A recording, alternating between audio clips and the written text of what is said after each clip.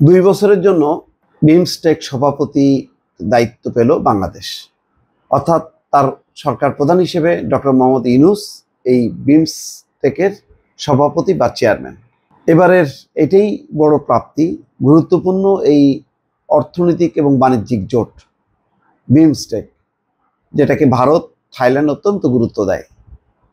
মূলত গুরুত্বপূর্ণ সদস্য রাষ্ট্র হচ্ছে ভারত, থাইল্যান্ড, মিয়ানমার, ভুটানও আছে, এবং সবগুলো সরকার প্রধানের সঙ্গে ডক্টর মোহাম্মদ ইউনূস বৈঠক করতে পেরেছেন। 8 মাসের মাথায় এসে এই ধরনের একটা জোটের সভাপতির দায়িত্ব পাওয়া, নরেন্দ্র মোদীর সঙ্গে বৈঠক করা, থাইল্যান্ডের সঙ্গে একটি চুক্তি করা, বৈঠক করা, এটা খুবই গুরুত্বপূর্ণ। এবং সেখানে প্রাপ্তিটা হলো এই যে বাংলাদেশ বা ডক্টর মোহাম্মদ ইউনূস শুধুমাত্র সভাপতি হলেন না, একই সঙ্গে ভারতের সাথে যে সম্পর্কের একটা জট বেঁধেছিল সেই জটটা একটু ঢিলা হলো, দুই পক্ষ বলতে পারলো। যেমন ভারত বলেছে যে বাংলাদেশের সংখ্যালঘুদের নিরাপত্তা নিশ্চিত হবে, এটা প্রত্যাশা, গঠনমূলক এবং ইতিবাচক সম্পর্ক চায়, সকল সমস্যা আলোচনার মাধ্যমে সমাধানের কথা বলেছে।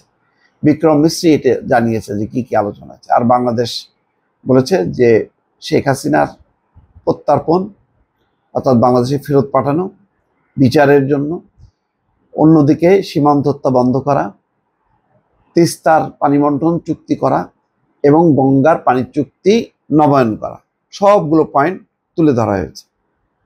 তো এখানে বলা হচ্ছে যে আগামী 2 বছরের জন্য বিমস্টেকের সভাপতির দায়িত্ব গ্রহণ করেছে বাংলাদেশ। এই সময় দক্ষিণ ও দক্ষিণ পূর্ব এশিয়া জুড়ে আঞ্চলিক সংযোগ, অর্থনৈতিক সহযোগিতা এবং উন্নয়নের প্রতিশ্রুতি ব্যক্ত করা হয়। শুক্রবার থাইল্যান্ডের রাজধানী ব্যাংককে বিমস্টেক নেতাদের সঙ্গে যোগ দেন বাংলাদেশের অন্তর্বর্তী সরকারের প্রধান ডক্টর মোহাম্মদ ইউনূস। বিমস্টেকের সদস্য রাষ্ট্রগুলোর নেতারা সর্বসম্মতিক্রমে ব্যাংকক ঘোষণাপত্র এবং বিমস্টেক ব্যাংকক ভিশন গ্রহণ করেছে, যা একটি কৌশলগত রোডম্যাপ। এটি সংগঠনটিকে টেকসই উন্নয়ন এবং গভীর অর্থনৈতিক একত্রীকরণের দিকে পরিচালিত করবে। পররাষ্ট্র মন্ত্রণালয়ের এক বিজ্ঞপ্তিতে এই তথ্য জানানো হয়। যাই হোক, অন্তত এই ডক্টর মোহাম্মদ ইউনূস বিমস্টেকের সভাপতি হিসাবে তিনি ভারত সফর করতে পারবেন, থাইল্যান্ডে যেতে পারবেন, মিয়ানমারে যেতে পারবেন। মিয়ানমার সাথে সংযোগটাও খুব জরুরি। রোহিঙ্গাদের ফেরত পাঠানো, গৃহযুদ্ধ বন্ধের ব্যাপারে তিনি আন্তর্জাতিক সম্প্রদায়ের সঙ্গে পরামর্শ করতে পারবেন। অর্থাৎ একটা আঞ্চলিক নেতা হিসেবে ডক্টর মোহাম্মদ ইউনূস কিন্তু একটা কর্তৃত্ব পেল, একটা দায়িত্ব পেল।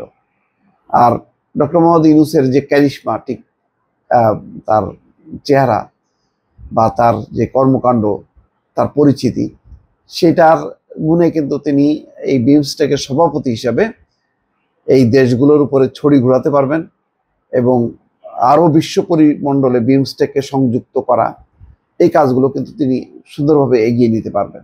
তো ফলে এইরকম একটি গুরুত্বপূর্ণ সময় যেখানে ভারত অব্যাহতভাবে চাপের মধ্যে রেখেছে বাংলাদেশকে, সেই জায়গায় বিমস্টেকের সভাপতির দায়িত্ব পাওয়া বাংলাদেশের জন্য খুবই গুরুত্বপূর্ণ ছিল এবং সেটি সম্পন্ন হয়েছে। দর্শক ভালো থাকবেন, আল্লাহ হাফেজ।